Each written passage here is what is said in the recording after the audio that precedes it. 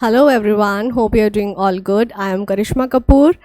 तो मैं आ गई हूँ आपके पास फिर से आपके अनसिन पैसेज की प्रॉब्लम को सॉल्व करने के लिए। मैंने लास्ट वीडियो में, अगर किसी ने नहीं देखी है कि अनसिन पैसेज को सॉल्व करने की क्या ट्रिक्स और टिप्स होते हैं, तो पहले आप उस वीडियो को देखिएगा और उसके बाद यहाँ पे आएगा, क्योंकि फिर आपको सॉल्व करने में दिक्कत होगी। ठीक है, तो चलिए, मैंने लास्ट वीडियो में आपको ट्रिक्स बताए थे कि कैसे हम अपने पैसेज को जल्दी से जल्दी, बहुत ज़्यादा टाइम कंज्यूम करे बिना जो है सॉल्व कर सकते हैं। तो देखते हैं एग्जाम्पल के साथ। देखिए, पैसेज नंबर 1, सबसे पहले जो मैंने ट्रिक बताई थी, रीड द क्वेश्चंस फर्स्ट। अभी तो जैसे ये पैसेज छोटा है, इसको हम पहले पैसेज भी पढ़ सकते हैं, बट मैं ट्रिक के अकॉर्डिंग ही चलूंगी यहाँ पे। Read the questions first, keywords को हाईलाइट करेंगे, उसके बाद अपने पैसेज पे हम जंप करेंगे। Question number 1, what is the main environmental issue mentioned in the passage. अब आपको पता चल गया कि भाई यहाँ पे जो हमारा कीवर्ड बनेगा, ये बनेगा एनवायरमेंटल इशू, कि हमसे पूछा जा रहा है इस पैसेज में कौन से एनवायरमेंटल, मतलब जो हमारे एनवायरमेंट को इफेक्ट करता है, उस इशू के बारे में इस पैसेज में बताया गया है। ठीक है, उसके बाद second question, why is plastic considered harmful to the environment. Plastic हमारा कीवर्ड हो गया, हार्मफुल, एनवायरमेंट, मतलब इन कीवर्ड्स को देखिए, हमारी इंग्लिश बहुत अच्छी होना ज़रूरी नहीं है। ठीक है, कुछ कुछ ऐसे वर्ड्स हमारे बीच में फंस जाते हैं जिसमें हम फंस के रह जाते हैं, अच्छा इसका मतलब क्या होगा क्या होगा, तो उसमें हमें स्टक नहीं करना है। आसपास के आप सेंटेंस के मीनिंग को पढ़कर पता लगा सकते हैं कि आपका सेंटेंस क्या कहना चाह रहा है, बस हमें उतना ही जानना है, और वही हमारे लिए बहुत है हमारे क्वेश्चंस को और आंसर्स को सॉल्व करने के लिए। देखिए, अब इसमें इतना तो समझ में आ गया ना, हमें नहीं पता कंसिडर्ड का मतलब क्या होता है। प्लास्टिक हार्मफुल एनवायरनमेंट, इतना तो समझ में आता है कि प्लास्टिक कैसे हार्मफुल है, कैसे नुकसान दे सकता है हमारे वातावरण को, हमारे एनवायरनमेंट को। ठीक है, next, what steps are being taken to reduce plastic pollution. Keywords हो गए स्टेप्स, रिड्यूस प्लास्टिक पॉल्यूशन, मतलब किन किन स्टेप्स को हमें ध्यान में रखना चाहिए जिसके थ्रू हम अपने प्लास्टिक पॉल्यूशन को रिड्यूस मतलब कम कर सकते हैं। Question number 4, how can individuals contribute to solving this problem. This problem से आपको समझ में आ रहा है, मतलब हम प्लास्टिक की बात कर रहे हैं, तो प्लास्टिक से रिलेटेड ही पूछा होगा, वही प्रॉब्लम हो सकती है।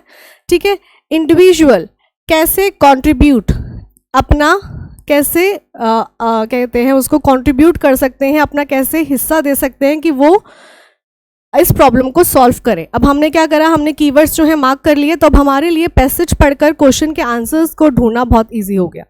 देखिए, पहला एनवायरमेंट, अगर हम पढ़ते हैं, अब चलिए, the growing use of plastic has become a major environmental issue. अच्छा, आपको समझ में आ गया कि अभी हमने क्वेश्चन में रीड करा था एनवायरमेंटल इशू। ठीक है, मतलब यहाँ पे पूछा गया है कि प्लास्टिक, कि हमारा क्या है, हम प्लास्टिक का इतना ज़्यादा यूज़ कर रहे हैं जो हमारे एनवायरमेंटल को क्या कर रहा है, नुकसान दे रहा है। तो फर्स्ट क्वेश्चन का आंसर मिल गया हमें। What is the main passage environmental issue mentioned in the passage, plastic के बारे में। प्लास्टिक जो है वो हमारा एनवायरमेंटल इशू है। Next, every year millions of tons of plastic waste end up in the ocean harming marine life and polluting water bodies। अब आपने इसमें क्या पूछा गया है कि हर साल कितना मिलियंस ऑफ टन प्लास्टिक जो है वेस्ट, वो कहाँ जाके आपके ओशंस में, पोन्स में, लेक्स में जाकर जाता है, जो हमारी मरीन लाइफ को, जो वहाँ पे रहने वाले मरीन, जो हमारे पानी में रहने वाले जो आपके जो भी जानवर होते हैं, उनको कैसे वो नुकसान दे रहा है, कहाँ की वो लाइफ को बिल्कुल बर्बाद कर रहा है, और वहाँ की वाटर बॉडीज़ को वो क्या कर रहा है, पॉल्यूट कर रहा है। ठीक है, तो ये मिल गया हमें सेकंड क्वेश्चन का आंसर कि why is plastic considered harmful to environment, कैसे ये हार्मफुल है हमारे एनवायरनमेंट के लिए। क्यों, देखो हार्मिंग मिल गया ना हमें यहाँ पे सेंटेंस, क्योंकि ये क्या कर रहा है, every year millions of ton plastic waste end up, और हार्मिंग हमारी मरीन लाइफ को जो है ये क्या कर रहा है, हार्म कर रहा है, वाटर बॉडीज को इफेक्ट कर रहा है। तो हमें सेकंड क्वेश्चन का आंसर भी मिल गया। What steps are being taken, sorry passage में, since plastic takes hundreds of years to decompose. Plastic एक ऐसी चीज़ है जिसको धरती में मिलने में ही बहुत टाइम लग जाता है, बहुत ज़्यादा टाइम लग जाता है डिकम्पोज होने में उसे। इट कॉन्टिन्यूज टू एक्यूमुलेट, तो वो क्या होता रहता है, वो इकट्ठा होता रहता है।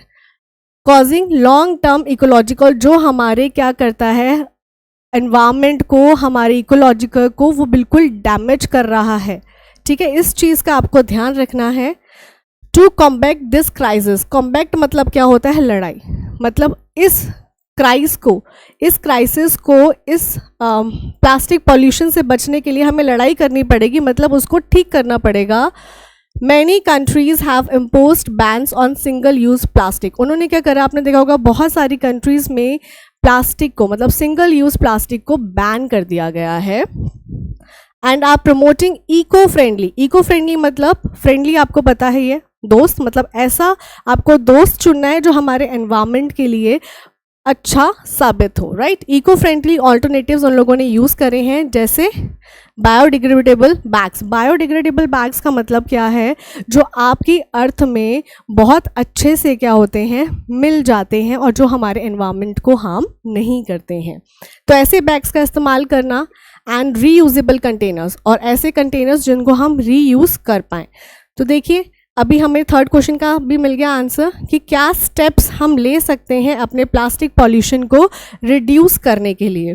तो क्या स्टेप्स हम ले सकते हैं कि bans on single use plastic, कि हमें जो भी है सिंगल यूज़ प्लास्टिक को बैन करना चाहिए। एंड हमें क्या करना चाहिए, इको फ्रेंडली ऑल्टरनेटिव का यूज़ करना चाहिए, जैसे कि बायोडिग्रेडेबल बैग्स, ठीक है, और रीयूजेबल कंटेनर्स। तो ये हमारे थर्ड क्वेश्चन का आंसर भी हम लोगों को मिल गया। Next, how can individuals contribute to solving this problem. ठीक है, कैसे हम जो है इस चीज़ को सॉल्व कर सकते हैं। तो यही हमारा है कि हमें क्या करना चाहिए, जो मैंने आपको बताया कि पीपल को अवेयर होना चाहिए, उनको इको फ्रेंडली जो है बैग्स का इस्तेमाल करना चाहिए, रीयूजेबल कंटेनर्स का इस्तेमाल करना चाहिए, और प्लास्टिक्स को, सिंगल यूज़ प्लास्टिक को बैन करना चाहिए। देखिए मैं इसके आंसर्स भी दिखाती हूँ आप लोगों को। देखिए फर्स्ट पैसेज जो हमने पढ़ा प्लास्टिक पॉल्यूशन के बारे में था, ठीक है। सेकेंड, कैसे ये हार्मफुल है, क्योंकि it takes hundreds of years to decompose, उसको डिकम्पोज होने में हंड्रेड्स ऑफ ईयर्स लग जाते हैं, जो हमारे ओशंस को पॉल्यूट करता है और मेरीन लाइफ को हार्म करता है।